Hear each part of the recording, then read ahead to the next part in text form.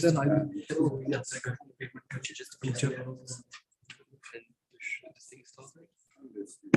and then we've got any merch? I think Jonathan's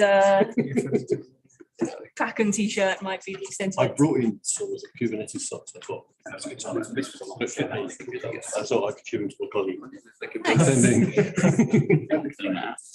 They're not one size fits all, those socks. A bit tight for me.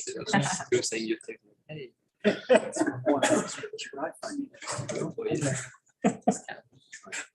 In case you have. You need to buy something.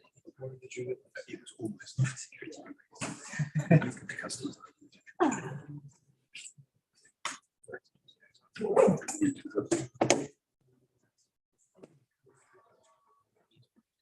Good. Always a few momentary hiccups. Treat you to give. It looks like we're getting there. It's funny.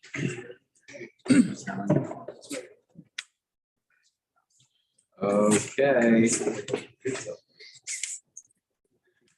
Cool. Well, I want to say thank you to Andy anyway, because he jumped in at the last moment when another speaker dropped out. So I'm very grateful. For whatever happens. It's going to be wonderful, I'm sure. Okay, so as you can, thank you. As you can probably tell, there are a lot of live demos. This is the first time I've done this on a single screen, so I hope you enjoyed the juggling. Let us just plug in a final thing. So, hello, I'm Andy.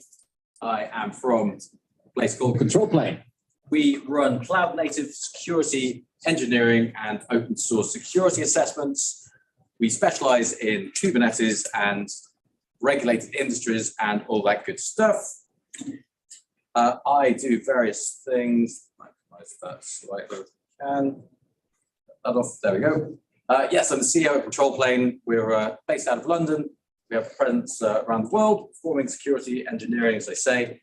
I'm the co-chair of the CNCF's Technical Advisory Group on Security, where we work on assuring the CNCF projects that look to graduate and become official CNCF projects. And finally, I'm the CISO of Open UK, where we perform gentle lobbying pressure upon the UK government to pay open source maintainers for their contributions. It is an asymmetrical world, and we're looking for some recompense from the private sector and the public sector back to open source. I've written various bits and bobs, including Hacking Kubernetes, available for download at the Control Plane website. I also have a couple of copies here, actually, saying that. But it's not a good live stream. But if anybody has a particularly incisive or difficult question, I'd be happy to sign a copy of the book for you upon completion. Feel free to interrupt if something particularly tickles your fancy. But as I say, this is downloadable on the Control Plane website, first half of the book as a PDF, and it's slightly easier not to rekey all the examples. It's very technical, low-level Kubernetes exploits, etc., etc. We do security for a living. Should you desire any of these services, please do come and have a word. Everything is available on the website. I think we're the best cloud native penetration testers that exists. And we are, of course, hiring nice people, interesting work. We work with difficult problems and open source, and we're trying to move the needle to secure the planet. So what will we do today? First of all, we will talk about threat models, then how to hack a Kubernetes. I can do it with the timer, actually, because I don't have my speaker notes. I will give you a... Just waves. I probably need like a 15 out of 10. Okay. We will look at how to hack Kubernetes in various different ways. We'll start off with a supply chain demo. What is actually the problem? What is this nefarious, intangible supply chain? Then we will look at a reverse shell. What happens when we get a foothold within the infrastructure of a target organization? Moving on to container breakouts. They sound terrifying. They can be. The kernel lets us down and our defenses are low. We'll look to then enumerate the host once we've broken out of a container. Once that boundary is broken, what can we do? And finally, can we take over the cloud account that the Kubernetes infrastructure we're attacking is sat within? And then the book for the incisive questions, as I say. There are plenty of people who have got us to where we are today. Huge thanks. Some other demos that I've done and references around. So this is what happens when your security team sees Kubernetes. Developers bring it in, security don't understand what's going on, and we end up with situations much like we'll see today. This is the nefarious pirate Captain Hashjack. He is here to lock your bits, steal your treasures. He is the 8-bit monstrosity and the archetypal adversary that we will be attempting to defend ourselves from today.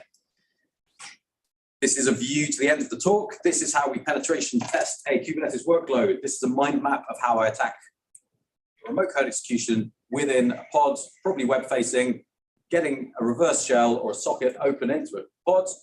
What can we do? Well, a lot of these are just plain Linux, right? We've got a microcosm of Linux in a container. There are some extensions, there are some namespaces, there are some injected things, there are some abstraction breaking mounts. This is all in the book, step-by-step guide to breaking Kubernetes, but we don't need all of those things today. What we will look at is an archetypal adversary. We'll start with a quick threat model. There's no point in devising security controls for a system if we do not have an idea of who we're defending from. Why is that important? Because the government will want to defend themselves from other government, whereas Valve are probably defending themselves from script kiddies. Nevertheless, we've seen this happen. Source code for Valve games has been stolen. And of course, as we've seen, NSA implants and exploits have also been stolen. The level of control that we devise and that we implement must be proportional to the thing that we're defending. And by extension, everything has a maintenance cost. We don't just want to slap willy-nilly different controls because that will affect developer experience, that will affect long-term maintenance, and ultimately we still want to attract developers and be a good place to work. Our adversary matrix, we start at the top, vandals, script kiddies, these are drive-by attackers, they've probably got access to Metasploit. Minimum viable cloud-native security is preventing the running of open source vulnerabilities and exploits against our infrastructure. We should not be shipping CVEs, or if we do, we should understand the vulnerability. We should be able to assess its exploitability and make a risk-based decision. That is very difficult with the way that image scanners currently churn out every single CV on our container images. Moving down, we've got political activists, thieves and terrorists. Okay, maybe we're looking at a kind of anti-nation state thing here. We get to a difficult point around insider threats. At that stage, we're devising controls against potentially hostile trusted parties in our organization. Different mindset is required to truly threat model and play through these negative threat scenarios. Organized crime syndicates is where our adversary Captain Hashjack is. These are state affiliated, they're generally APTs. We see them a lot in the sort of Russian and Chinese style adversaries. But they also exist, of course. We have UK capabilities. There are Israeli and US, all particularly skilled in these departments, trying to misidentify themselves, trying not to be identified for non-repudiation purposes, repudiation in that case. Moving up to cloud service insiders, we're in real trouble when we have cloud service issues. The Capital One hack was a disgruntled former employer who used privileged information, which specifically was the ARN numbers or the resource numbers of AWS accounts, to get a reverse, actually they got remote code execution on a web application firewall with a misconfigured IAM policy. That then allowed them to drain S3 buckets, and Capital One was drained of useful information. Poster child for AWS, undone by a single insider. And then finally, foreign intelligence services. At this point, we might lose our fingers, and I'm not going to try and defend against that. We should note in defending our systems that as a defender, we only need to tick off each and every box in the list, whereas an attacker, we just need to observe the visible horizon and find somewhere to pivot. It's far easier to attack a system than it is to defend it. And by extension, threat modeling gives us a rationalized, quantifiable view of what we are trying to defend. It is one view on that rationalization. Attack trees are a way of taking a negative outcome and working back through the component parts of the attack, this kill chain historically. By observing this diagram, we can then apply controls that cut across the branches. This again gives us some sort of quantification as to how we can defend a thing. And it also means that we apply the minimum viable security. We don't over deploy security measures because ultimately somebody has to maintain them. they will atrophy. We run the risk, if we don't test them, even of them not doing the right thing when the system is ongoing maintenance or undergoing maintenance or ongoing feature development, etc. We have a lot of training about this. Another pitch for control plane. We like this a lot. My friend and colleague Lewis Denham Parry did a talk about this at KubeCon recently. It's very good. It's as interesting as make threat modeling in half an hour. Okay, so that's all very well. These abstract threat models are great, I hear you say. But what about attacking Kubernetes itself? We need an attacker's mindset and an understanding of the assets and data classifications we are defending. This will be fun. I don't think I've done this in quite the situation. So first of all, what are we going to do? The 4 C's for Kubernetes security. The code is the soft underbelly of Kubernetes security. Applications change frequently. They're where business value is delivered. They are where we care about beating our competitors to the market. And necessarily because of that, we have all of our pipeline controls, all our shift left mentality built to enable a fast pace of feature delivery. This necessarily comes with a risk of bugs. This is accepted. This is exactly what we want. This is market forces on software. Secondly, we have the container. There is a container image, which is the file system in which our code resides with its dependencies. And then there is the container at runtime, which is software configuration. The kernel configuration are Linux security modules like AppArmor, SecComp, capabilities, perhaps any other tooling that wraps it. This would typically be a run C. We see other things now like gvisor and Firecracker that give us a VM-like experience. Nevertheless, they're all broadly that container. Then we have the cluster orchestrating multiple containers, but accessible via workload identity, RBAC, things that we plug into the container to give it the ability to talk out to the cluster API, the API of the cluster. And then finally, this must reside in some wider topology. There must be a cloud or a colo or a corporate data center. Can we get from reverse code, remote code execution, reverse shell in the code out to the data center? Let's hope so. So demo 0. What are we going to do here? Supply chain. As if you didn't know, everything is software. We compose software of other people's software, and we rely as the producers and consumers of software on the upstream. This is a trust relationship that we cannot avoid. It has been baked into open source since day 0. It's been a problem for 40 years, but we've only really just started to care about it now, thanks to SolarWinds. So what might we do to infect the source code? This, incidentally, is normally when my laptop crashes. We'll see if it works this time. So first of all, if we want to mess with a supply chain, we can get onto a developer's machine and we can mess with the code at rest. We can get into the source repository like GitHub or their local Bitbucket or whatever that would be, build infrastructure, that's a SolarWinds style attack. We can infect a trusted supplier, that is an upstream piece of source code. That is somebody running a help desk system for Okta or Auth0. We can infect a trusted package. That's pushing something malicious to NPM, maybe a typo squatting attack, or infect a runtime environment. That's actually messing with the container that the thing runs in itself. So what will we do? We'll demonstrate how when installing an application from NPM, we're installing with the privileges of the local user, and as such, a malicious installer can mess with our local environments. So we're going to run a backdoor open source package on a developer's machine, pre-install hook, NPM, global joys, and many other package managers allow arbitrary code execution. Golang incidentally doesn't, to infiltrate or foobar, etc. So what have we got in here? Right, this is a module that I put together myself for the purpose of demonstration. So what have we got? We have got an NPM malicious implant example. Welcome to the danger zone. Pre-install exfil. Probably want to make it bigger. Thank you very much.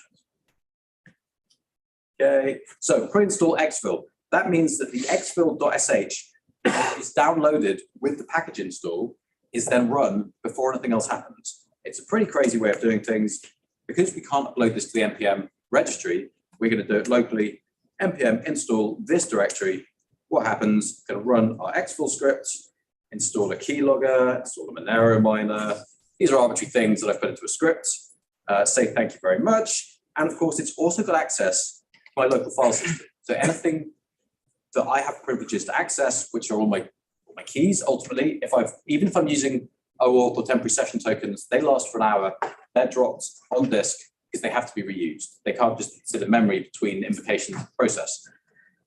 So that's a bad day. I know I'm going through this quickly, but we will build on this. Right, that's how not to use something from NPM. So how does this end badly? Well, first of all, we're on the internet here, hypothetically, then we're starting at the bottom here. So this is Captain Hashjack's various black sail ship. We sneak some malicious code into a target library. This would be the NPM package that is installed. The trusted producers then consume that, pack it up into a container image, it runs in production. When that payload runs, it fires this reverse shell.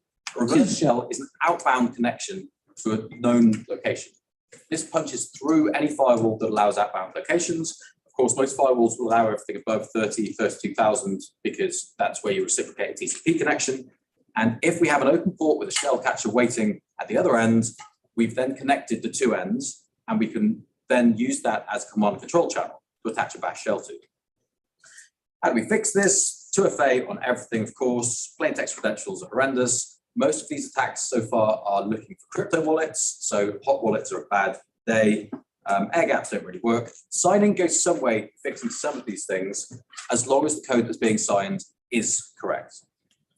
Okay, one down. So what happens next? The supply chain attack. We're building on exactly the same thing. Captain Hashjack has pushed his malicious code into a third-party dependency. Developers have packaged it. It's gone into a trusted application, into Kubernetes, and this is what a reverse shell looks like. The attacker is forcing the victim to run this implant, this unknown piece of code, and we can call this running it out of context. So sometimes we can push this code into a legitimate looking form, and like Log4Shell, it's run by virtue of being sat in a log, for example. A lot of this depends on escaping, unfortunately, and this is why front-end libraries like React have started to use, they started in the last few years, now use unsafe output. And they clearly call it unsafe because a lot of this is non-contextual running of a piece of code. But in this case, literally all we're doing is we're asking the victim to fire a reverse shell back to this TCP endpoint that we control. So it's the same thing again. We're going to do this hypothetically with Kubernetes pods. Uploading a malicious Nginx image into public container registry. It's pulled by the front-end pod. It runs stealthily in the container. So the container appears to be doing its job, but it's actually secondarily firing another process. Intrusion detection will spot this. If you're spawning shells and you're attaching terminal connections to TCP endpoints, IDS will detect this. Then we go out back to the attacker's endpoints, and we have control. Notably, there are many ways to do this. We're doing it with TCP, which is the easiest way. You do it with UDP, do it with ICMP, with DNS. It's pretty difficult to detect and prevent all methods of remote control, command and control in this way. What would we run in a perfect world? We'd run the original container breakout. What we're doing here is very simple. We're turning on host PID. So we're breaking a container abstraction, sharing the process namespace from the host with the container. We're running a privileged container, which turns off all the other namespaces, turns off seccomp, AppArmor. And finally, we're running NSEnter, namespace enter.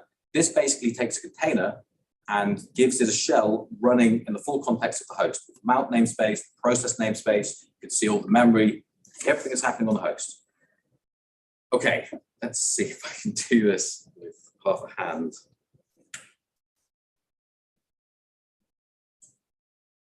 Okay, I have some notes here as well, which I need, I think. Right, let's get shell catcher. Right, so first of all, we're going to run this. So we're going to run a shell catcher. That means we're creating this TCP endpoint. I'm actually proxying a local connection of my local machine here. So that command of type is now just waiting for a shell to attach to it and for it to be sent. What we're doing up here is we're going to run Kubernetes deployment. So we're kind of jumping a few steps, as in we would expect yeah, this one works, but that doesn't quite look right. Yeah, we're jumping a few steps because we're not poisoning a public registry, essentially. Okay, so we're running we're running this hack image. This is the dev TCP virtual file system that Bash provides. A pretty dangerous mistake because it means that we can attach a reverse shell host PID containers. We'll have a look at that and then apply the thing. Right, that appeared to work. So now what's happened there is when the pod has run, it's fired this invocation command. So while true, do hanger bash interactive, attach everything to this dev TCP endpoint. This is the ngrok reverse shell that I popped here. And I've now got, I'm now root within that container. And as you saw with the NSCenter, I've now got a view on the hosts. And just to be clear, this is the NSCenter that's doing the magic here. Admission control will stop this. We shouldn't be running privileged containers, but just the ability to get reverse shell into someone else's infrastructure is where the problem lies. And as we can see here, we can actually see container D, which that breaks the pod abstraction. We shouldn't, from within a pod, be able to see resources on the host. Okay, so in the interest of time, keeping it going, the backdoor image, random target cluster, reverse shell, caught that reverse shell, and then we were able to command and control, issue commands to the inside of the pod. That is basically the same thing again. I don't have very long left, so let's go for the container breakout. It's not a container escape, it's a process that wants to be free. This means that even with the best practices around pods, we're able to break out. Generally, there's some security control that will block most container breakouts. This one is a fundamental kernel level problem, and that means that we have serious trouble. There have been a lot of container breakouts. Our container security boundary is the kernel security boundary, is the microcode in your CPU security boundary. What about the actual CPU? None of these things are infallible. Everything's been popped. And ultimately, the only thing you can really do to stay completely secure is bury your head in the sand. So everything's a security boundary. It's what you make of it. There have been a lot of CVEs. The balance is, do we want software that moves forward, or do we want to stay in stasis like we do with, for example, regulated wireless chipsets where you can't change a single bit of code, but thousands of devices have vulnerable microcode. So what we'll do here, container namespaces, this is expounded upon at great length, I assure you. We're sharing container workloads. The containers themselves have a loopback adapter. So localhost network can be shared between the two of them. They're then mounted in, they're then wrapped in process mounted C group namespaces. They share storage, network, and various other bits and bobs.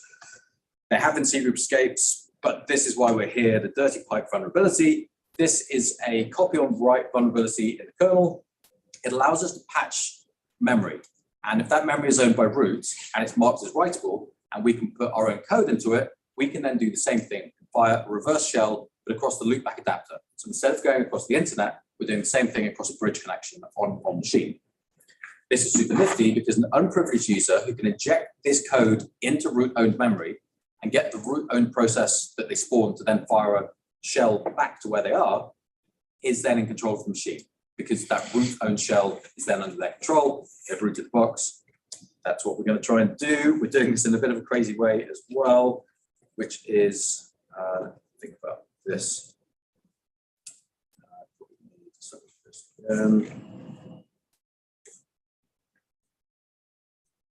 Okay, so we've got a run C vulnerable version, and we're going to just drop straight into here. Okay, so first of all, we built a container. This container has various bits and bobs into it. We are the Vagrant user, it should be noted. We have written my colleague, Mr. Cleverly Prant, has written a very small bit of assembler.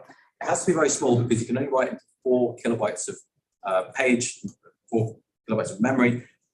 So what we've done here is basically a little bit of posh code to fire a reverse shell. Just like before, we base64 encoded it. This will use the proc self exe bypass that we saw unfixably exploited a couple of years ago to drop this over the run C binary. Then when a container is started, we will get a reverse shell. All we have to do, it says, is run the thing.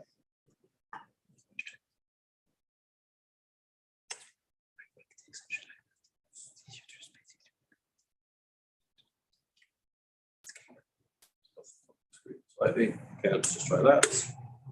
Okay, so There we go. That was the quickest that's ever worked. I now got root on the box. And if we look at the directory that we're in, that is the location on the disk that containerd unbundles the tarball of the container image into.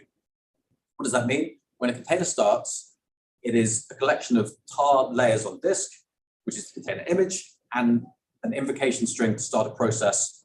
It might be a script to start multiple processes, breaking the one single process per container paradigm. The unbundling of the image happens once because we share disk and we share memory because containers are immutable. So we're able to reference the same place. We do copy on write. We make a change to the file system, it's copied to another piece of memory, and it's built up by a UnionFS file system. When we broke out of this container, we ended up in the file system location on the host where containerd stores the file system image. So what do we have? We have the contents of the config, the options. We can see how the container is actually put together. You can see the seccomp rules up in here. All sorts of good stuff.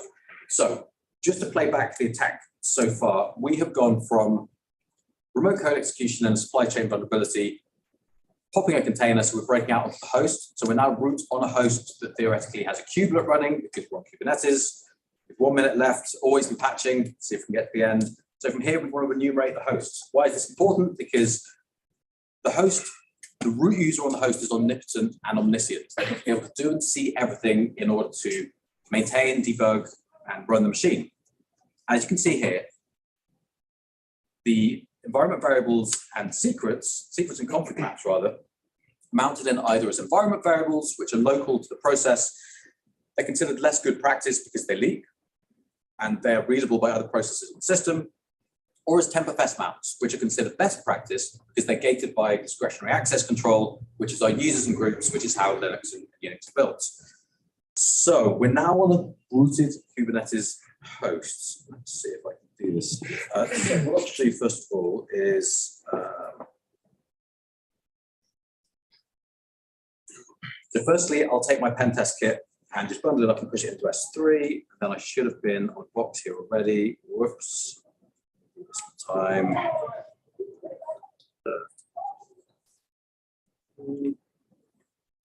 This might take a second to actually get in. So theoretically, what we're doing here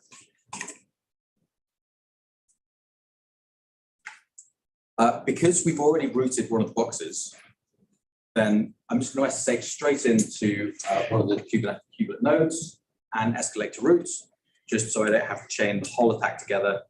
It's complex enough already. I'm already in root. Okay, so what I do now is I get my temporary pen test kit. There we go. And now I want to have a look at KSecret. Secret dump, maybe. Yeah. Okay, so what is it? Nope, not that. I forgot what it's called. This again. File system dump. There we go. So what does this do? This on the host looks in var lib kubelet pods, which is again on the host file system where the containers are stored. Information about containers, their file system, their temporary rights, their configuration, they all must exist on the host, as must all of their mount points where the secrets are stored. So in here, we can see all the pods that are running on the host. And if we actually run that magical KSecret file system dump, then we'll see this is everything that sits on the host. We've got all these essentially RBAC workload identities, but also we've got some AWS keys. Why would people put AWS keys in Kubernetes secrets? Well, maybe they're trying to start or build S3 buckets or perform some sort of auto scaling or joining clusters in a sort of roundabout way, perhaps. This is a bad day because this means that I've gone from remote code execution to keys that will potentially allow me to take over, well, not only a cluster, but a cloud account. Don't multi-tenant data classifications is the rule here. This is the Kubernetes kittens, disregarding data classification boundaries. The point here is that once data is on a node and there's multiple types of data. If we compromise the node, we can sniff or access all those different types of data. Hopefully to take over the cloud. No warehouses were damaged in the making of this GIF.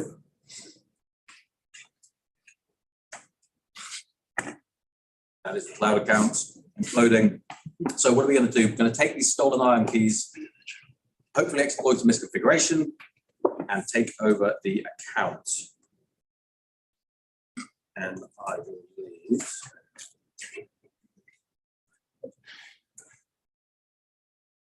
so we're going to run the good old AWS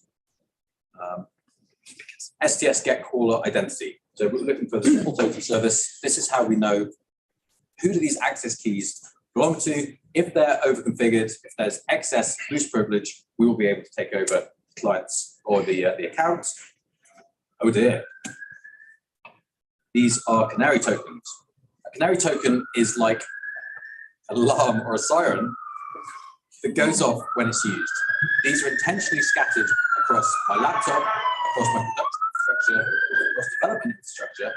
Anytime somebody gets their hands on one of these keys and uses them, I'm notified.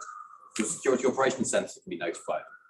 This means that we can plant these little alarms, little tripwires across our infrastructure to detect the kind of attack that I've shown you today. Honeypot and canary tokens are things that should never be triggered by standard usage. We can make things very appealing, like the prospect of a crypto wallet sat within a Kubernetes cluster, attach it to our audit logs, our software sleep alerting, and gain advanced warning when something fails. We should always be running intrusion detection. We should always have preventative pipeline security, but ultimately nothing is infallible. And this is the final defense against the dark arts. There are lots more examples of this kind of stuff in the book. There's lots of things that can go wrong. Notably, the pod treasure map as well makes a final appearance. We do this for a living. If you're interested, there's plenty more that we can do. It's not all as terrifying as this. CICD is another favorite. Supply chain is very much the attack du jour. Thank you very much. Thank you.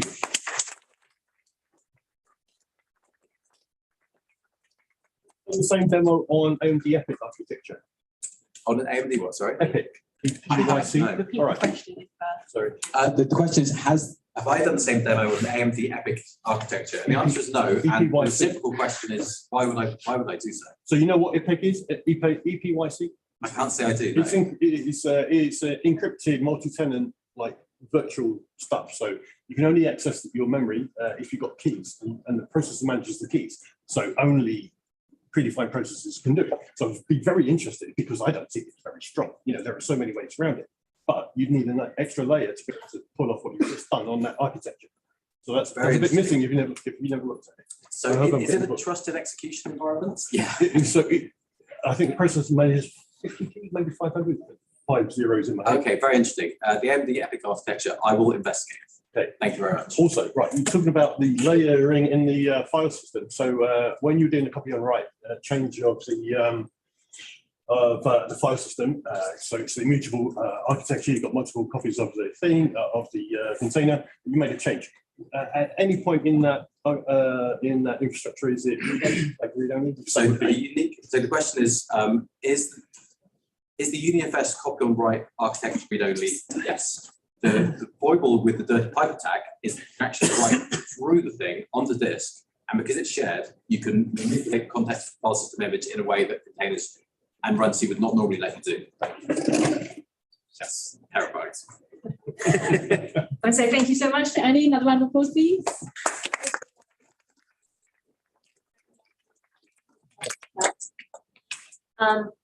Mark, would you like to come up and take over?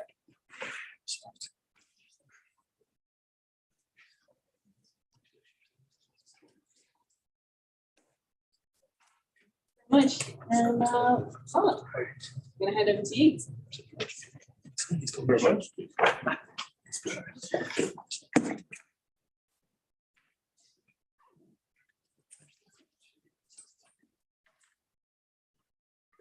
Good evening, Cloudmates of London. You're still here. That was an excellent presentation, Andy. Great. Thanks for that. So, font issues, that's interesting. Oddly enough, I did this presentation on a Mac and then actually running on a Windows PC, which is very interesting. Well, it'll be fun. Session we're going to run today, talking about the innovation and collaboration that Microsoft did with CNCF. So I'm Mark Whitby. I'm a principal specialist in the global black belt team at Microsoft. So we have multiple kind of global black belt teams who focus on different kind of technology areas. What I focus on is application innovation. That's what we called this year. Last year we were called cloud native. The year before that we were called open source. So they keep changing the name of the team all the time. Which is what Microsoft tends to do every year. So I've been at Microsoft for 6 years, and I focus on cloud native technologies. I spent far too long working in banking before that, for about 20 years, I think, working at various banks in the UK. Actually, it was quite interesting. I worked across different roles in kind of operations, and engineering, and architecture. So it's some good experience during that time. So it was really, really interesting stuff. So kind of things I like doing, like playing with technology, which is great because I'm in the right job for that. If I didn't like playing with technology, I'd be really doing the wrong thing, I think. I like making to-do lists of basic technology. I mean, there's so much cool technology out there. It's a great problem to have. There's always too much tech out there. My to-do list is forever getting longer and longer and longer. And all the cool things I want to play with next and have a look at and see how these things work.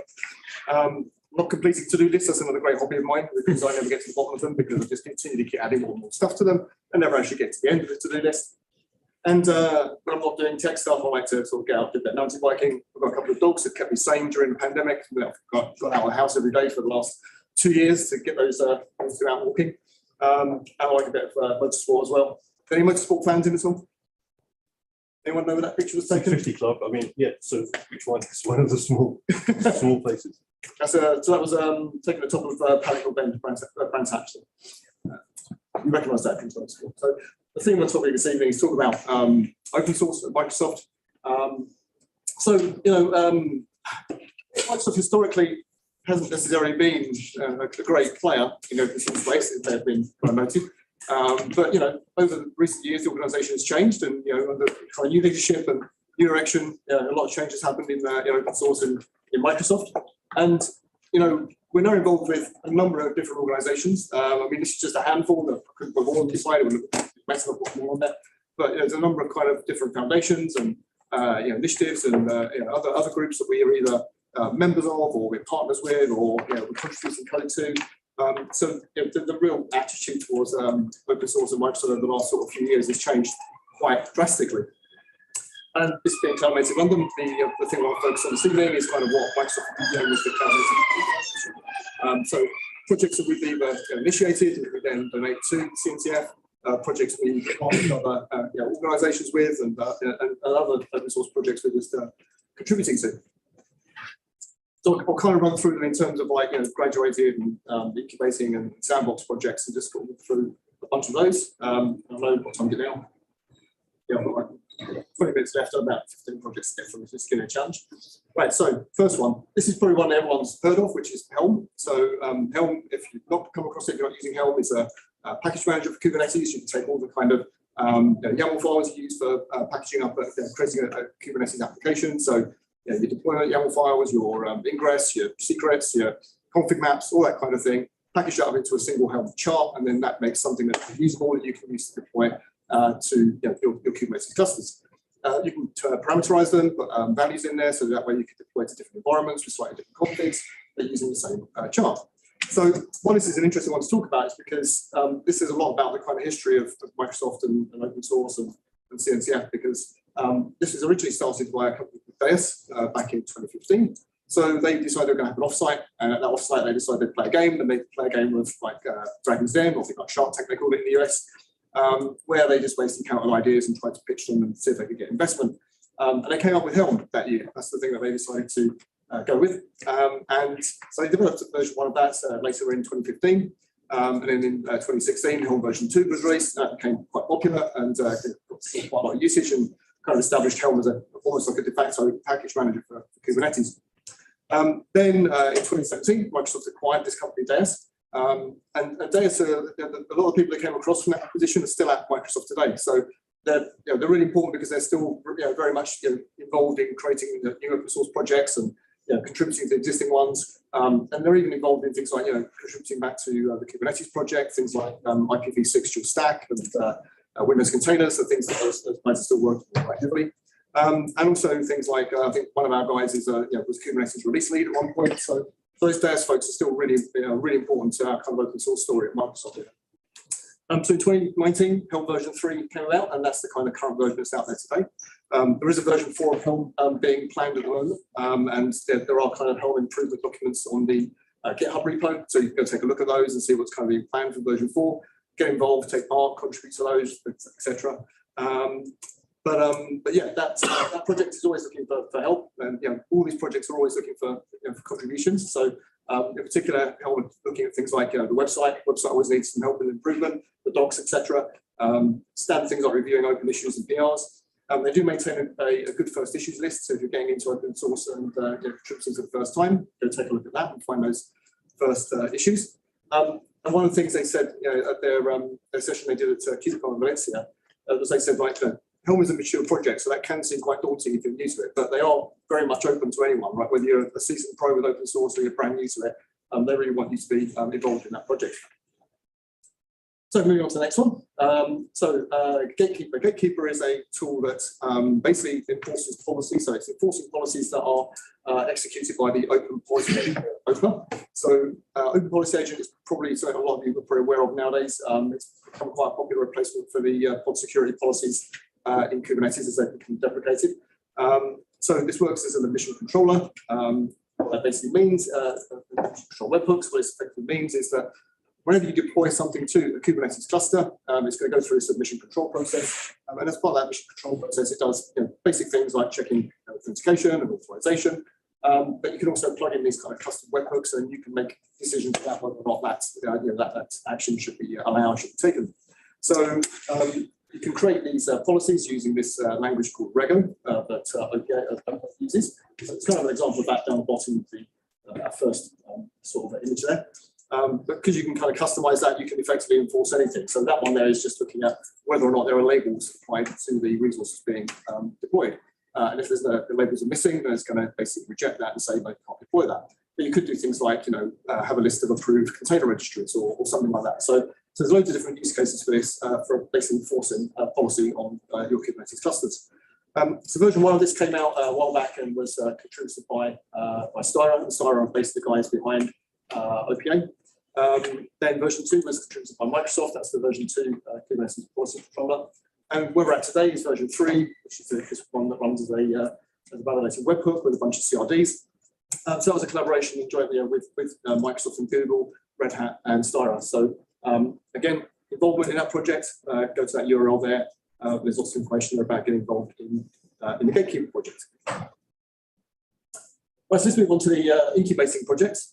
So this is what I quite like playing with myself, which is Dapper. So Dapper is the distributed application runtime. So what it tries to do is it tries to make it easier to build distributed cloud-native applications. So we looked at the kind of common things that people want to do when they're writing a cloud-native application, the typical tasks that are involved in doing that, and try to simplify them by creating this set of building blocks. So effectively what you do here, down the bottom here, you can see what these building blocks are.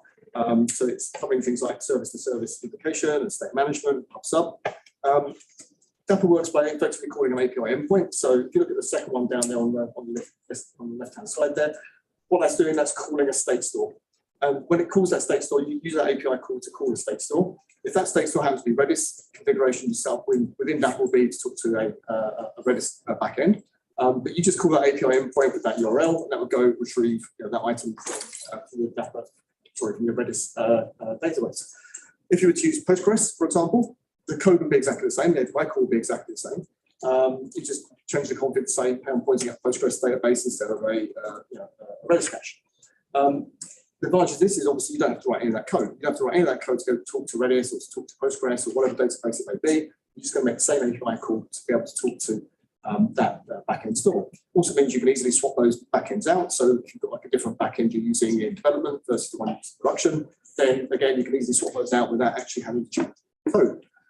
This applies for things like PubSub as well. We've also got, as well as that API call, some integration with a bunch of first-party integration with things like Go and Node.js and and .NET. So, you know, we provide experiences of familiar to people developing those languages. And Dapper deploys itself as a sidecar. So as part of that, you get some extra benefits in terms of things like if you're doing service-to-service invocation with Dapperized applications, you can enable things like MTLS automatically. So in that code you don't have to write because we can do that automatically through the Dapper sidecars. And we can do things like tracing. So we can grab the information, the metrics whilst the applications are running, and then start collecting that, sending that to your tracing back into choice. So again, this is something I could probably do a whole session just on Dapper itself because it's got a lot of functionality. But it's something that's really worth taking a look at if you're writing cloud-native distributed applications. CADA is another interesting one as well that I quite like training. So this is event-driven auto-scaling. So by default, most of you are probably aware, out of the box, you can scale the workloads in Kubernetes based on like CPU utilization and memory utilization. What CADA is giving you is a bunch of additional scalars that make you scale based on other metrics. A bit hard to see this down the bottom right-hand corner here, but this is the current list of the scalars that are available. So there's all kinds of things down there like, you know, RabbitMQ and MySQL and event hubs and all kinds of stuff like that. But effectively, CADA will let you grab your metrics, events coming in from the systems and make scaling decisions based on that. So take the example of like a message queue. So you could say, once I start getting a number of messages backing up in my message queue, more than like 10, 20, 50, whatever it may be, I then want to scale my workload based on the fact I've now got more messages waiting in my queue, so I need more pods to handle that incoming workload. The other thing CADA can do is it can scale to 0 as well. So you can turn off the pods altogether. So deployment will remain, you'll still see the deployment there, but the number of pods running will be 0. It will then do the same thing in terms of listening to the events you've asked it to listen to. And then when some activity is detected, it will scale from 0 up to 1, so then the pod starts running, and then it will continue to scale based on whatever scaling you define. So that can be quite useful in terms of being able to manage resources in your clusters and keep costs down as well if you're trying to manage that sort of things. This is a project initially created in partnership with Red Hat, and it's been since the project since 2020. In terms of help wanted, I mean, there's already a decent number of scalars in there, but obviously the more scalars we get in there, the more different scenarios and backend systems we can support and give them more options for scaling workloads. So they're always looking for contributions in terms of additional scalars. Notary is another interesting one as well. Obviously, quite a lot of talk around software supply chain, as Andy mentioned in his presentation earlier. It's a really hot topic at the moment. So Notary version 1 was also known as Docker Content Trust. It had some kind of limitations and really meant it was never going to make it as a fully fledged kind of solution for signing of container images. So version 2 was kind of kicked off after KubeCon 2019. There was a lot of kind of debate around container image signing around that time. So Notary V2 kicked off later that year. There was an initial meeting with folks from Microsoft, from AWS, Red Hat, Google, and Docker. And they've all been collaborating since then on the Notary specification. And it's basically around tool sets here for the signing of artifacts and the verification of those signatures. So there's the tools are starting to be developed now. There's a CLI available now. I think from our the Deis organization with Microsoft, so we still have that kind of branding. So we still find there's a GitHub Deis Labs repo.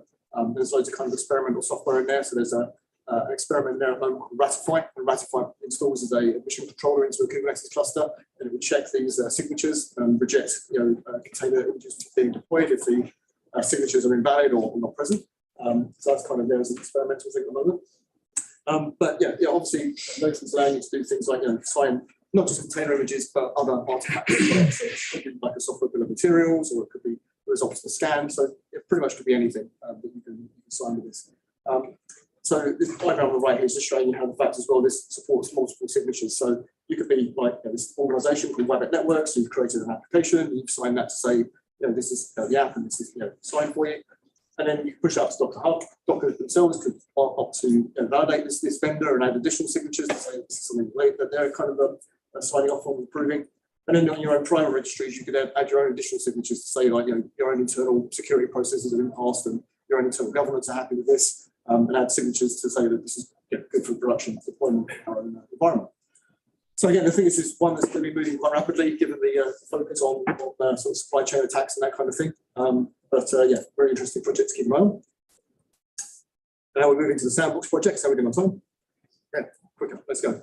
Right, so ORAS, this is OCI registry storage. So it was noted that a lot of people are storing things other than container images in their container registries. People are storing videos, images, all kinds of stuff up there.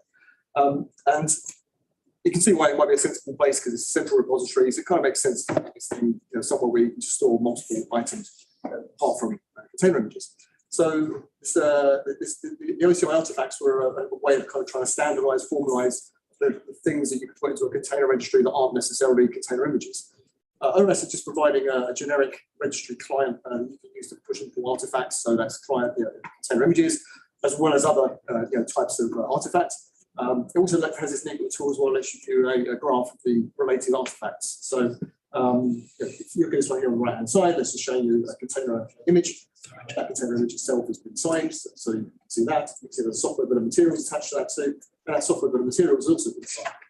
The output of that this tool, ORES tool rather, is showing you that you can see that tree of kind of related artifacts in there.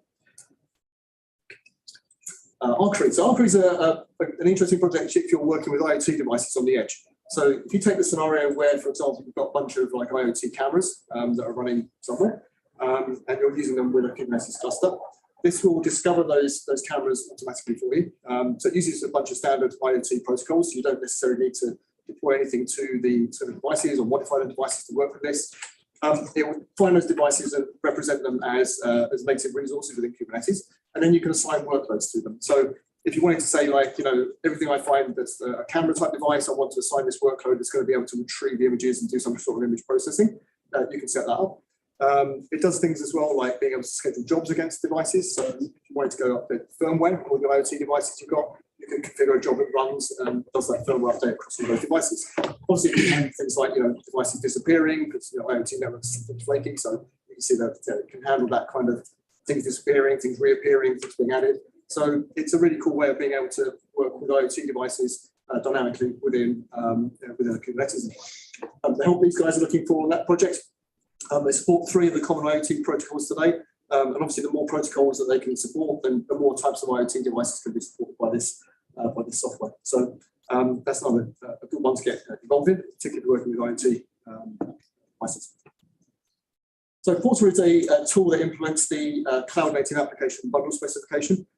So this one, quite simply, really is an attempt to try to create a method for having a single artifact that contains everything you need to install something. So that could be not just like your application image itself, but it could be the binaries that need to set up any associated infrastructure. It could be command line tools. It could be things like the Terraform binaries. It could be the Helm binary. It could be the CLI tools that are used to access various cloud providers' tools. You bundle all these things up into a single artifact. The idea being that you can distribute this via a registry, or you could stick it on a USB key, for example. And then once you've got that, you can provide that to somebody and they can run and install that application. And they don't necessarily need to have Terraform or Helm or any of these things locally installed in their machine because everything is bundled up inside that single artifact. So it just provides that one thing you have to distribute, and that will install everything you need for an application. This project is particularly amenable to kind of newcomers, and they even offer some mentoring as well. So if you want to to open source and get started, it's a good project to have a look at and see if you can help these guys out. Virtual Kubelet is something that's been around for a little while now. I used to do a demo on this a few years ago. So this really lets you run serverless containers inside of Kubernetes. So Virtual Kubelet kind of pretends to be a fully blown node, effectively, in your Kubernetes cluster. So when you assign a resource to what's backed by a Virtual Kubelet, it will go spin up something like Azure Container Instance or Fargate Instance. So it's going to run your pod on a discrete container instance in the cloud. So this gives some good advantages in terms of being able to kind of do burst scaling and that kind of thing, because if I take like the Azure Container Instances environment, which I know better, working for Microsoft, if I'm running like a workload that's doing like some image recognition, for example, I want to scale that out. I could do this using virtual nodes. So every time my application needs to scale and I need to add new instances to it, it would just be deploying an Azure Container Instance behind the scene, running the pods in there. That's going to then, in the case of those container instances, they're only charged by the second as you're using them. So that's very cost effective for me in terms of, I can run that thing up for the exact time I need to process that backlog of work I need to get done. And then once it's finished and that pod is scaled down, it's going to remove that container instance and I'm no longer paying for it. So it can be quite a cost-effective way of being able to kind of scale a cluster, particularly if you've got like burstable workloads which don't necessarily have the ability to deploy extra nodes to cope with that. down to the last 2 or 3 now, so I'm getting there on time, it's good. Brigade is a way of doing event-driven scripting on Kubernetes clusters. So Brigade lets you basically run TypeScript and JavaScript scripts off the back of various events happening. So a typical scenario would be for like CI/CD, for example. So let's say you basically set up a event trigger off of a GitHub repo push. So what that would do is it detect that that push event has happened and then trigger whatever scripts you configured. So you can use it for a number of systems at the moment, and it works with cloud events as well. So the cloud event spec supports a number of different event types. So you can configure this thing so that you've got these various gateways, as they're called, which receive events from external systems. Then you would create projects, and those projects are used to subscribe to events and define the actions that take place when those events occur.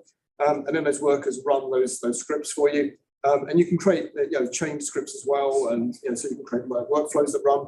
So this is again a really quite interesting project in terms of being able to do scriptable things off the back of events happening inside of the Kubernetes cluster. Again, very actively maintained. Version 2 of this was released towards the end of last year. There's another project that came out of the sort of Deus workshop, the kind of Dragon's Den Shark Tank experiment that they did. So open service mesh, yes, another service mesh. We need another service mesh, right? So the core principle behind open service mesh really were to try and create something that was very simple to use, very simple to understand, easy to install, maintain, and operate, and just to be just generally a very straightforward service mesh. It's not web-based like a lot of them are these days, but the key goal here is to try and keep it simple. So surveying people, users in the kind of service mesh market, we found that maybe they're only using 20% of the features that Envoy makes available. So the focus is really on those key things, trying to make sure that those key scenarios that most people are using are really easy to use and really easy to kind of work with inside of Kubernetes cluster. TrustNet, this is probably, I think, one of the most exciting ones. So this is a kubelet that's been written using Rust. So this is basically implementing a kubelet, it's doing all the kind of common things you expect a kubelet to do, except you can use this as a target for running WebAssembly. So if you run a WebAssembly workload and target the TrustNet as a runtime, it's basically going to spin up, instead of the usual container runtime, it's going to spin up a WebAssembly runtime instead. So this means you can run WebAssembly directly on your Kubernetes cluster. So WebAssembly obviously is a very hot kind of topic at the moment, and it's something that people are seeing as that quote over there from Solomon Hykes, right? It says that if this existed in 2008, then we probably wouldn't have needed to invent Docker. So this is kind of how serious people are about how important they think WebAssembly is as the future for server-based computing. So again, this go give it a spin up your clusters, try it out, and file issues against it. Because again, this is a project they're trying to get to version 1.0 at the moment, and it should be quite interesting to see how this one develops. And that is all the slides I wanted to cover. The last thing I wanted to do, which is my one slide that I've been asked by my colleagues at Microsoft to put in here, which is that I've spoken about how Microsoft is contributing to open source, how we're helping other software developers in the open source community. If you are a software developer, if you're a software startup, Microsoft offers these various programs, the Founders Hub, the ISV Success Program, where we can offer things like Azure credits, and we can offer you access to tools, and GitHub, and Microsoft Teams, and things like that. So if you're interested in taking advantage of those kind of services, ISV UK at Microsoft.com address is the one that you need to go to. And that's it. Thanks very much, everyone. I'm going to be around for the rest of the evening, so if there's any questions on any of these things, grab me later. I'm more than happy to do that. Could you go back a slide? Yeah, I think so. Yeah, I can. That's it. Thank you.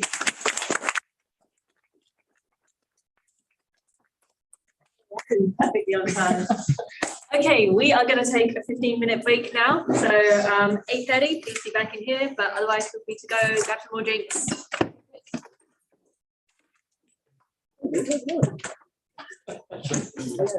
I have easy so that's good.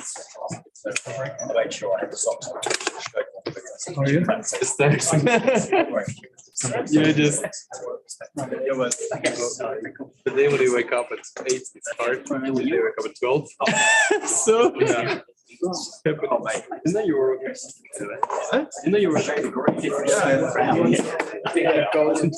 Oh, so yeah, I joined this February. Like since then, No, no. 1 year ago. I mean, no, it's good. So I started like February 2021. Like a long journey. You don't have to apologize. Yeah, Bishop. So I need to move to US. Nah, actually, like my team, they based in Seattle. I'm in Florida. Just I'm kind of like alone in the. Yeah, I started and miss them like years ago. So make a record, like. But no, we don't want to do it. Like, yeah, I heard the servers. Yeah, I mean because Ross my question is like get a passport and it's like 2 more years we need Yeah, no, I understand. it's just like and then if I leave for me it's like president. Oh, yeah, president, yeah. So after this we get the passport. How many minutes? Have them in the office.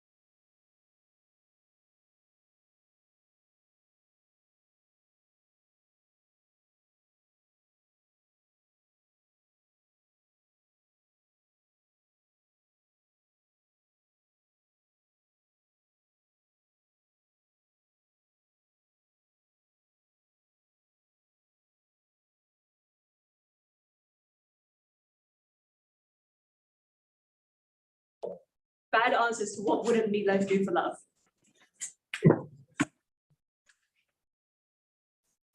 You fixed it. We sort of asked the question in the present tense, and of course, but he won't do anything for love nowadays. That is very true. I think he also made the same point. It's like he's past doing anything for love. Well, maybe, I don't know. He'll probably not do a talk at Cloud Native London, I guess. Anyway, I think that we are happy to go on to our third talk of the night. So, Tiffy, there. Oh, you're muted, I think.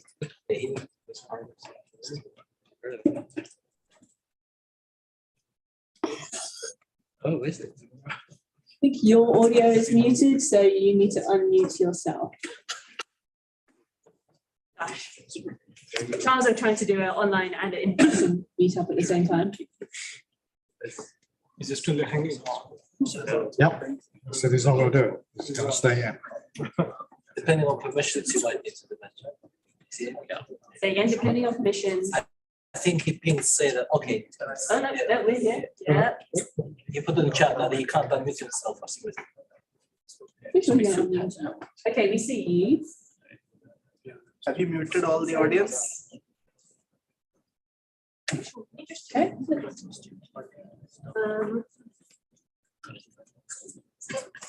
I don't think you can mute. Yeah, you can ask him to unmute.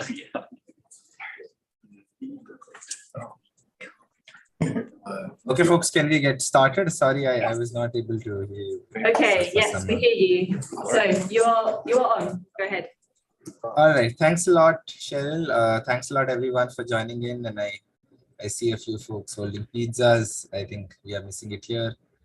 And we are joining from India, by the way. So it's pretty late here.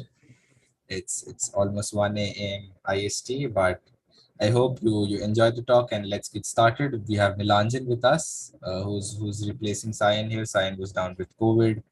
So Nilanjan will be taking his place, and let's get started with chaos engineering. I think we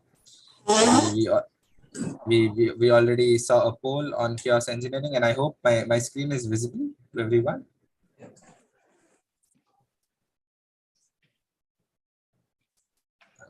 It was visible, right? Yeah.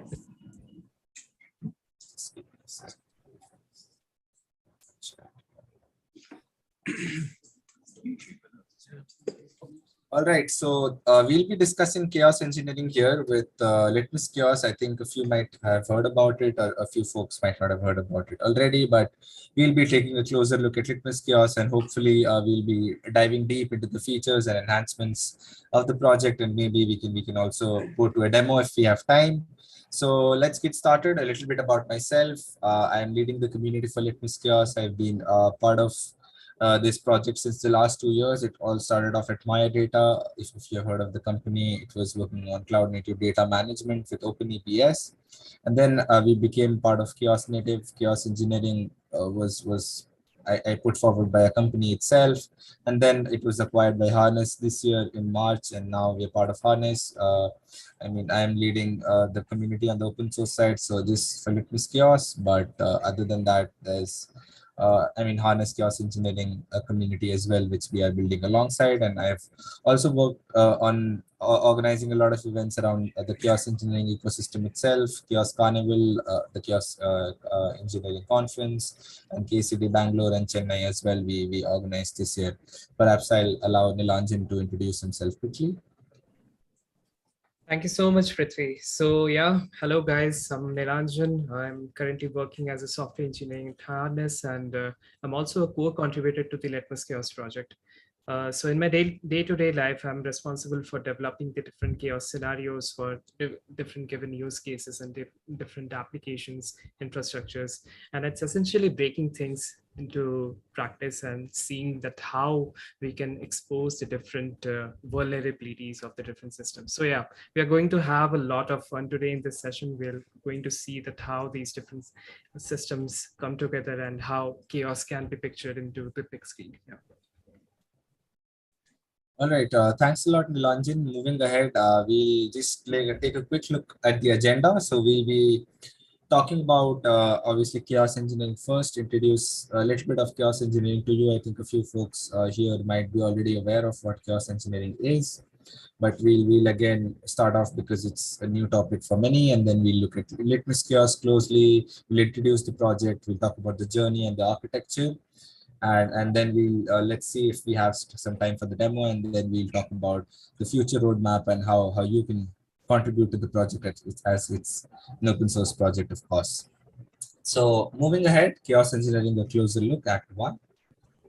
So as you can see my screen, before we move on to what chaos engineering is, let's take an example of what exactly is resilience or a weakness, or how exactly from a Kubernetes perspective, let's say we've been talking about Kubernetes. So from a Kubernetes perspective, what are the examples of resilience and weaknesses in a system, and why chaos engineering is so important? So, I mean, obviously there are your pods, there are nodes, there are so many things that you're dealing with. And let's say these are 3 examples of a possible vulnerability or a possible outage. Let's say a pod is evicted from a node, or a node goes to a not ready state, or there's something wrong with the container, or there's a memory leak, or something of that sort. And then your system reacts in a particular way. I mean, if your pod is rescheduled and the dependent service turns out to be healthier, in spite of such sort of an outage or such sort of a fault happening, the service turns out to be healthy. That's an example of a resilience. So a resilience is nothing but a system's ability to stay as it is, or stay afloat, even if there's a possible outage, or even if there's a fault happening around. But let's say the dependent service slows down, or there's something that goes wrong with your system goes down, or it turns out to be unhealthy, you face problems, or there's a possible outage or a downtime. Then obviously that's the example of a weakness, and these are the weaknesses that we deal with in our day-to-day life. So it's not about how or when it happens, it's about actually waiting for it to happen, because that's eventually gonna happen. It's just like the Murphy's law. So what you anticipate, the worst that you anticipate, that's gonna happen eventually. So that's something where we thought about chaos engineering, or chaos engineering as a practice came along back in 2011 and 12, where Netflix devised this sort of an idea to actually just initially test their systems, just see what can go wrong in production. And then actually these outages became a part of our day-to-day lives, where, you know, outages can happen any day, and that can cause a loss of millions and millions of dollars. And that can not just cause, you know, monetary loss or financial loss. There's you know, loss of confidence, you lose your users, there's a loss of data. There's so much that's lost because of these outages. And here are some examples that we have taken that happen in our day-to-day lives. I mean, Facebook or now popularly known as Meta went through an outage. There was an outage with Slack a few days ago. Airlines, I mean, there are different sectors or different parts that we are dealing with every day. E-commerce sectors, financial sectors, social media giants, they have gone through outages here and there, and they have turned out to be really expensive for them. So here are some examples that we are taking up a closer look at. There was an outage that happened recently with Atlassian. There was an outage which happened last year with Facebook, and you must have seen that Mark Zuckerberg lost, more than $6 billion on the stock market itself. And then AWS, I think these are a few examples that help us understand why these outages need to be catered to, and how much of an impact do downtimes cause. And I think I have taken a list of the actual cost of downtimes. So as I spoke about, there's damage to brand integrity, there's loss of employee confidence, it's also subject to legal action. And there's so much of impact that these downtimes cause, that the idea is to eventually anticipate this and actually take care of these chaotic situations. And that is what brought the idea of chaos engineering. So chaos engineering is nothing but inducing such sort of a downtime or such sort of a possible outage, such sort of a chaotic situation in the system deliberately, so that you understand what sort of situation might occur when the system goes in production, or where there's such sort of a possible outage happening. And when we take a look at the Kubernetes space, we take such examples. What happens if a pod is deleted? What happens if a container is killed? Or what happens if the node goes to a not ready state? Or what happens where there's some sort of an issue with your cloud native infrastructure? There's so much that's happening day in and day out, and that's why chaos engineering came into play. And I think we have always believed as chaos engineering practitioners in the chaos first principles to just make sure that why to wait for your systems to go down? Why not test your systems first? Why not understand these unexpected disruptions and take care of them by continuously testing them with such chaotic scenarios or chaos tests? So chaos tests are basically single tests, so they can be accumulated into scenarios to run them into your applications where various sort of tests or experiments are induced in your systems as a chaotic scenario. And here we understand why chaos engineering. I mean, an application that you're using is in the form of a pyramid. So I mean, there's your application. I mean, Kubernetes services are dynamic. So there's your application on top, but then there are your dependencies. I mean, there's your MongoDB, your Kafka. These are your application dependencies. And then again, eventually your cloud native services, you're using your CoreDNS, or you're using your Prometheus for monitoring, you're using your, I mean, for data management, we have taken an example of OpenEBS. There are your Kubernetes services running. I mean, there's a kubelet, there are kube proxy, all that is running. And then there's your infrastructure layer, of course, which is helping your overall infrastructure run. So it goes from a top-down approach where your application might have certain possible scenarios of chaos that might happen, but as it goes down or as it goes to the bottom until the infrastructure layer, there are possibilities of multiple outages or multiple things going down in your system. And that is why chaos engineering is important, because it helps you test each and every layer of your application. Every layer is important, and you need to induce chaos in a certain way or according to your applications. There's Kafka chaos, there's CoreDNS chaos, and there's so much more possible with chaos. So I mean, as I said, again, too many applications affect the resiliency of your system, and the idea is to constantly validate, constantly test your systems, not just in production, but in each stage of your development. So chaos engineering can come up handy in each stage of your development. It can come in your DevOps side, on your CI/CD side of things, or on your staging environment, pre-staging environment. So you need to ensure that your resiliency is ensured in all parts of your development, or in your all segments of your application. That's the idea of it. And where does, I mean, chaos engineering actually come while testing in production? I mean, initially it was more on the ops side of things, because it was believed that SREs are the persona which actually induce chaos. But being a part of this community since so long and leading the community for the last 2 years, we have understood that chaos engineering also comes in the dev side of things as well. So basically the whole DevOps feedback loop is activated while testing in production, and even developers today are actually focusing on chaos engineering. It was not just focused by the SRE or the DevOps persona, but it's also focused by the dev persona who's constantly using chaos to test in production, or to test their environments to ensure that their systems are resilient.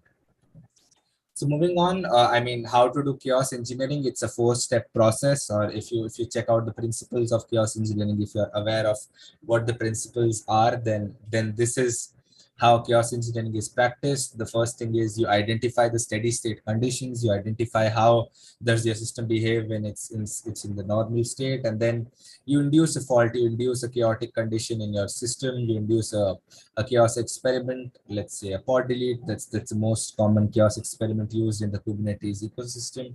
And then you see how does your system react to that experiment. If your system goes back to the steady state or to the normal state, then your system is obviously resilient. Or if your SLOs, basically this is the SRE language, your service level objectives are continued to be met, then obviously your systems are resilient. But let's say there's a weakness found, then you test your systems again, and that goes on in a loop. And this is basically a loop where we have just taken an example of a single experiment. But let's say, obviously, when you're talking about your SLOs, there are multiple experiments that you use, and that's called a chaos engineering workflow or a scenario. That's according to your system, and if they're continued to be met, and your steady state condition is regained in spite of these chaotic scenarios, then obviously your systems are resilient, and that's how chaos engineering is practiced in day-to-day lives. But typically the way it was practiced, or the way it started off at Netflix, and then it became a practice with the tools like Chaos Monkey or Pumbaa, or all these tools that were initially out there. It was all about conducting a game day. A game day is nothing but running chaos according to your application, or basically gamifying the process, where there are certain set of chaos scenarios that you are running according to your application. You are jotting down the points where you understand how your system is behaving, and then you continue the process to basically bring in chaos as a practice. It wasn't integrated into systems, into CI/CD pipelines yet, but today I would say the typical idea has changed completely with the cloud native idea of it. So as I had already mentioned, that the idea is to move it to the developer persona and not just the SRE persona, and that also involves that the fact that you need to automate the process. You can't just focus on the fact that you are just manually executing your experiments. That was something that used to happen. So the typical way of doing chaos engineering was outdated, and basically the idea was to see where your systems are going down, continuously gamify the process, integrate into your CI/CD, make it a part of your developer processes, and make it and ensure that all the teams, with multiple teams in your enterprise are using chaos engineering, or actually practicing some sort of chaos by making it an automated process. So we focused on the cloud native principles of it. Before we move on to what Litmus Chaos is, I would like to explain why cloud native was important, just to ensure that, or remove these typical practices of chaos, or how chaos engineering was practiced. And that is why we made sure that it's open source. Open source is key. The community contributions came in, and we formed the Chaos Hub. The Chaos Hub was a marketplace where these chaos engineering experiments were contributed, and the community from various backgrounds contributed various sorts of chaos experiments. I'll just give you a glimpse of the Chaos Hub as well. And then observability, it's key. You need to ensure, or you need to see where your experiments are happening, when is your system going down, for how long the experiment is running. You need to schedule them accordingly from a particular time to the end time. So all these things were important. And similarly, GitOps, I think that's something which has helped scale the chaos engineering experiments, or make it, automate the process more. And then Open API and lifecycle management basically help integrate with other systems, and bring in further integrations, or help chaos run for even non-cloud native systems or legacy systems as well. So with this, I think I would just introduce Litmus to you before I hand it over to Nilanjan. So Litmus Chaos is another open source, a powerful open source cloud native chaos engineering project. It's a CNCF incubating project. It turned out to be an incubating project this January, and it's used by several end users, from Adidas to FIS to so many users. They have been using Litmus. You can see that's been the growth chart, and there are almost 1 million plus downloads, 1 million plus experiment runs as of now. And the stable platform with the UI that was 2.0 was released last year, and now it's being used by a lot of companies and users, cloud native vendors, and even projects as well, other open source projects like Keptn, KubeSphere, and all for their chaos engineering purposes. So that's just the growth chart that we have seen, and these are the variety of experiments. As you can see, these are part of the Chaos Hub. There's pod level chaos, there's node level chaos, there's network chaos, stress chaos, and there's so much more application level: Cassandra, Kafka, OpenEBS. So if you take a look at the Chaos Hub, I'll just take you through the Chaos Hub as well. So if you can see my screen, this is the marketplace, or this is the Chaos Hub, which was contributed by the community once again, where all the experiments are contributed. And as you can see, all these experiments, you can pull the YAML file, or you can just use the Chaos Hub to run these Chaos experiments on your Kubernetes as well as non-Kubernetes infrastructure. So with this, I think I would like to hand it over to Nilanjan. These are some project stats. I think that's pretty clear that it shows that chaos engineering is, as you had answered the poll, that it was part of the early adoption process, but now it's reaching early majority with the exponential growth that chaos engineering is witnessing, and Litmus is part of it. And so sooner or later you would see that it becomes part of late majority as well, where each and every developer, SRE or organization is practicing chaos engineering in some form or the other. So with this, I would like to hand it over to Nilanjan. If you have any questions, I think we can take them by the end of the session. Thank you, folks. Thanks, Prithvi. That was a very well explained presentation. So with that, I guess we are good to discuss about the Litmus Chaos tool itself.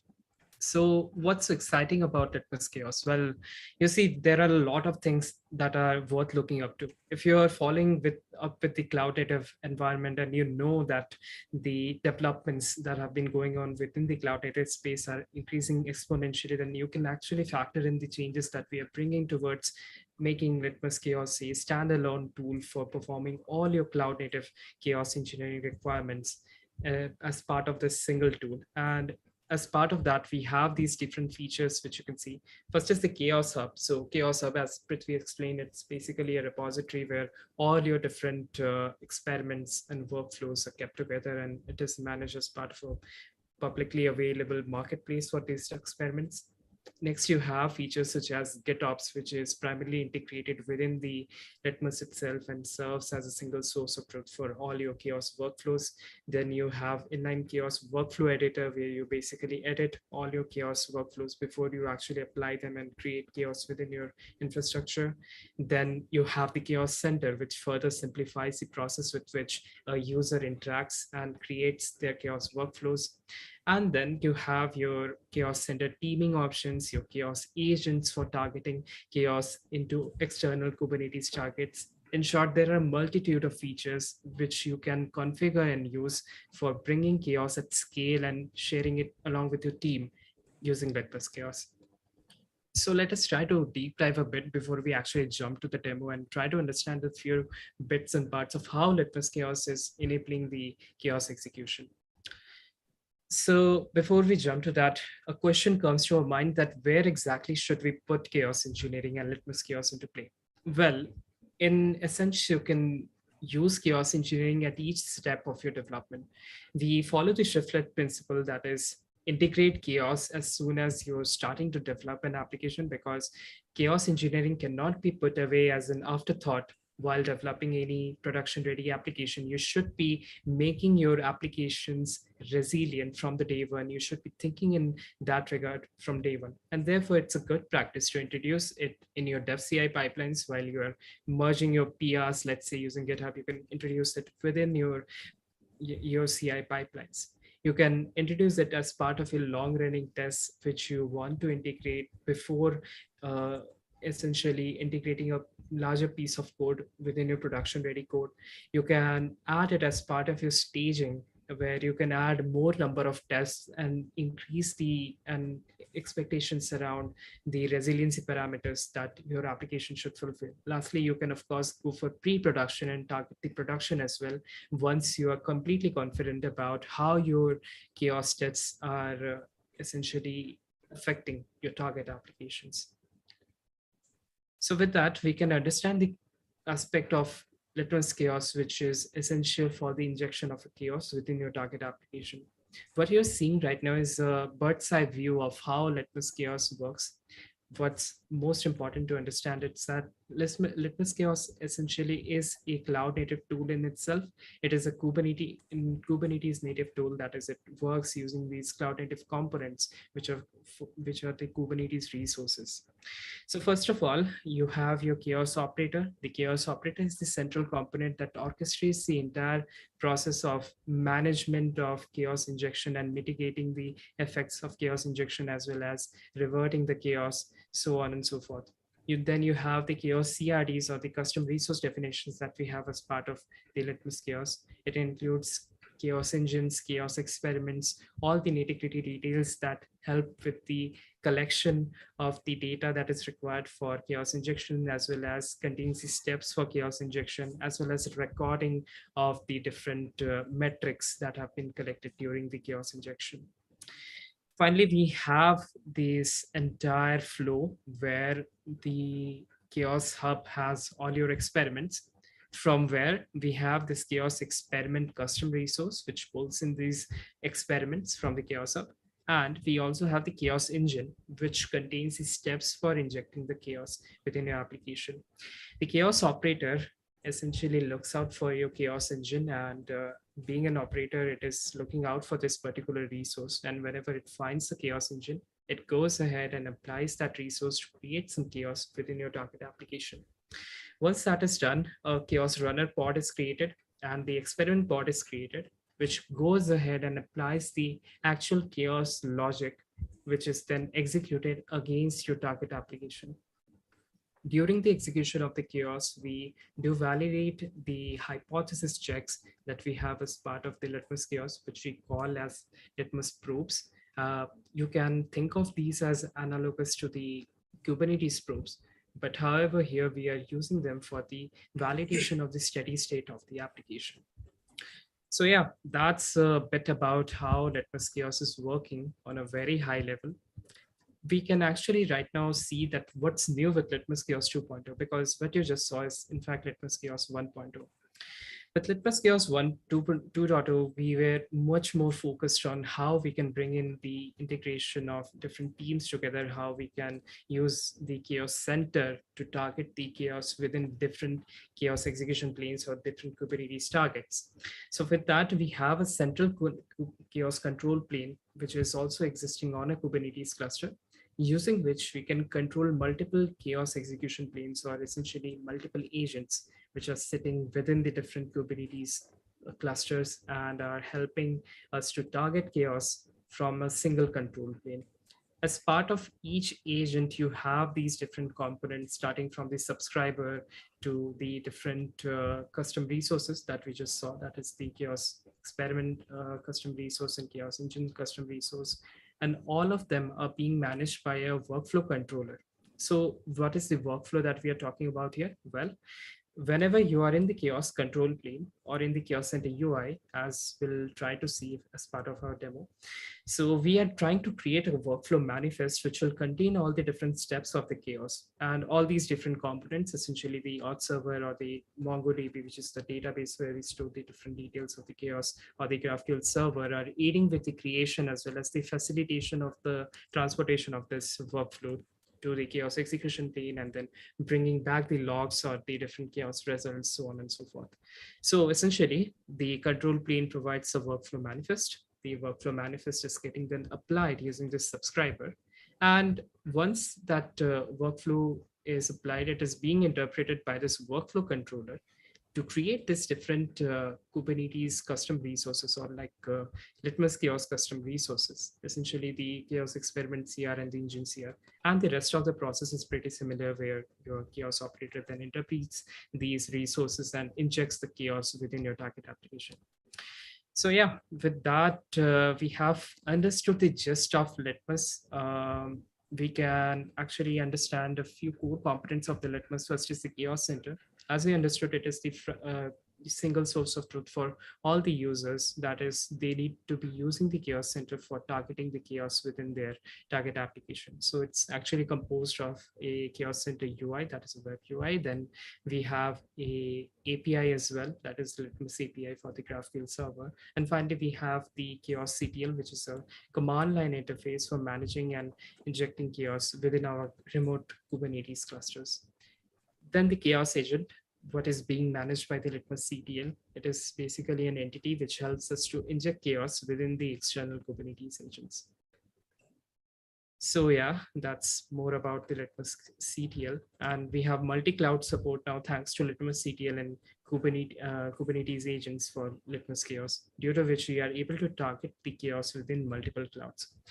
So yeah, let us actually try to take the core features offered by Litmus, but not in the form of a slide, but rather with a very quick demo with how Litmus Kiosk can be used. So I have a Litmus Kiosk dashboard over here. In order to basically inject kiosk, it's a very simple step, but yeah, on which application are we going to in fact inject the kiosk? So I have this application, it's called SockShop application by Weaveworks. Basically, it's a very popular microservice application where you have these different application microservices. Like for example, this is a catalog. So this can be thought of as a typical microservice based e-commerce application where you have a catalog. So what we are going to do today is basically we are going to perform a very popular experiment that is offered by Litmus Kiosk called the pod delete experiment. As part of this, we are going to try to basically delete one of the pods, which is enabling the deployment of this catalog. I also have a Grafana dashboard so that we can measure the impact of this chaos that we are trying to perform over here. As you can see right now, the catalog QPS, that is for the catalog deployment, it's relatively stable right now. We are getting consistently about 80 ops per second. So yeah, let's try to actually inject some chaos and see what happens while the pods go down. So I'll choose the self agent, and this is the agent that is installed as part of our Kubernetes cluster right now. I'll choose Chaos Hub, and this is basically the hub from where we'll be pulling our experiments. I'll go next and let's name it catalog kill. I'll go next. And okay, so here's where you will be basically adding your experiments. I'll be choosing the pod delete experiment over here. And this pod delete experiment can now be customized. So as part of this customization, I'll be basically adding the namespace first where our application is lying. So you can see that the SockShop namespace is here where our application actually lies. And the label of the deployment, which happens to be name is equal to catalog. And now we can define a probe here. So this is the part where we'll be doing the checking of whether that application endpoint is in fact available or not while we are doing the chaos. So how are we going to do that is basically we'll be providing an HTTP endpoint URL and we'll be checking whether that endpoint URL is still available or not. So if I copy this URL and I go to this catalog API endpoint, you can see that we have a bunch of information here. And this API endpoint is what is behind this entire page. I mean, that information is being displayed here as part of the information in the catalog. So I'll be putting this URL to be checked as part of this probe. And what is the criteria that we are going to have over here is that when we are making a GET request, we should be expecting a 200 response score. So yeah, that's simple enough criteria that once we are doing the chaos, we should be, this API endpoint should always be available and we should be getting a 200 response score. I'll quickly add this and basically I'll tune the experiment so that we are targeting all the pods that are available to us for 30 seconds. I'll just finish. I'll go next. And I'll basically finish over here. So with that, we have successfully created our chaos experiment. The first step to this is once the workflow manifest is right now getting applied within our cluster. After that, we'll be installing the chaos experiment. That is, we have only one chaos experiment here. That is the pod delete experiment.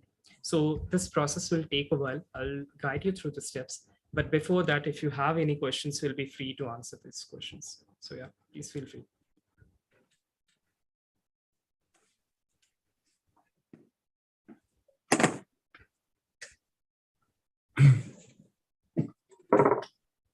What if one of your services are outside of the Kubernetes cluster? So if you're dealing with a data lake that's going down, so how do you experiment that? Okay, so currently we have Litmus, and Litmus was started to be a Kubernetes native tool which is used for performing Kubernetes native chaos experiments, but that isn't the case anymore. We can do non-K8s chaos experiments as well, and that ranges from AWS to GCP to Kafka, I mean, you can do application level chaos as well. And then you have also the feature for injecting chaos within the bare metal nodes and virtual machines using something known as mAgent. So it's about how you are leveraging these experiments that we have within the Chaos Hub. So do check out the different experiments that we have within the Chaos Hub. I'm sure that something that that fulfills your requirement should always be there.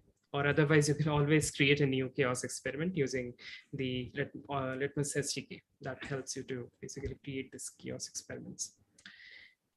All right, so before we actually take any more questions, I would like to bring your attention back to the experiment. So it's already running. As you can see, the pod delete experiment is running. So if we just reload the page, you can see that right now our catalog is gone, and that is not by accident. We created this chaos, and it makes sense that if our pods are not there, then of course our application is bound to go down.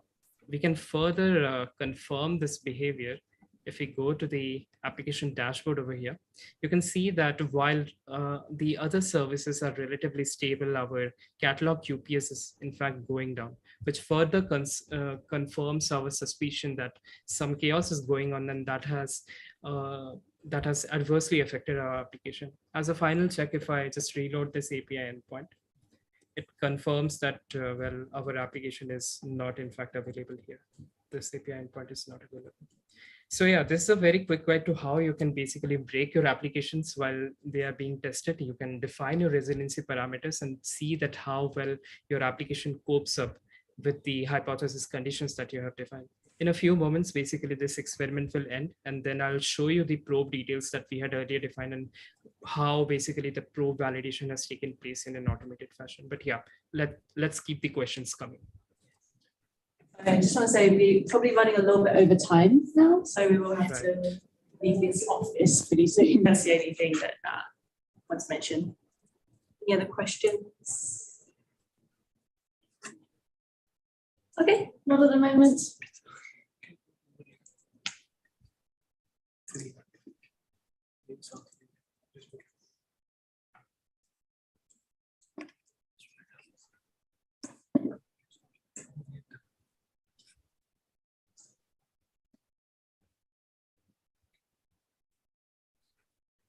All right, I guess we can then just wait for this experiment to quickly complete.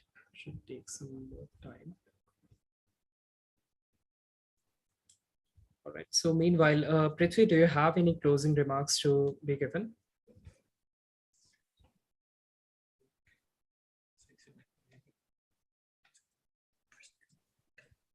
Okay, so I guess I can discuss the future roadmap meanwhile. So yeah, what's in the future for the Litmus Chaos? Well, we are committed to basically increasing the non-Kubernetes infrastructure components that Litmus Chaos can target. Currently, we have support for the different cloud components such as AWS Cloud, GCP Cloud, VMware Cloud, so on and so forth. But we also see potential in injecting chaos within the infra side of the things, essentially the networking components, or if we take into consideration the bare metal nodes and the virtual machines, that is a completely untapped territory for us, which we would like to definitely cover. We also want to improve the more application specific chaos, including Kafka, Redis, and a host of different cloud native components applications which can be targeted. Then we also want to improve the chaos SDK and the probe types that we have for hypothesis validation.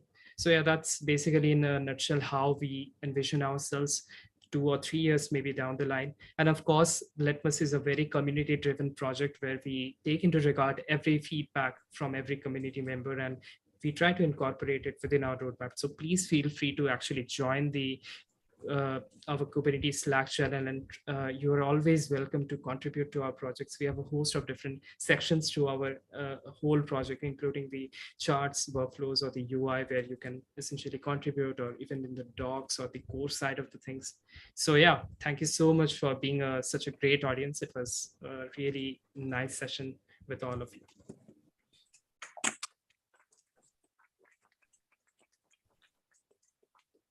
I would say in particular, thank you for staying up this late as well. I didn't realize it'd be past 1 a.m. your time, so it's not quite as late here, but thank you so much. Thank you to all of you for joining tonight. We'll be back again on the first Wednesday of August, which I think is the 3rd. I think if you're planning to go to a pub now, there's one called Tank and Paddle around the corner. So that's where we're going to hang out. Otherwise, thank you so much and have a good night. Cheers.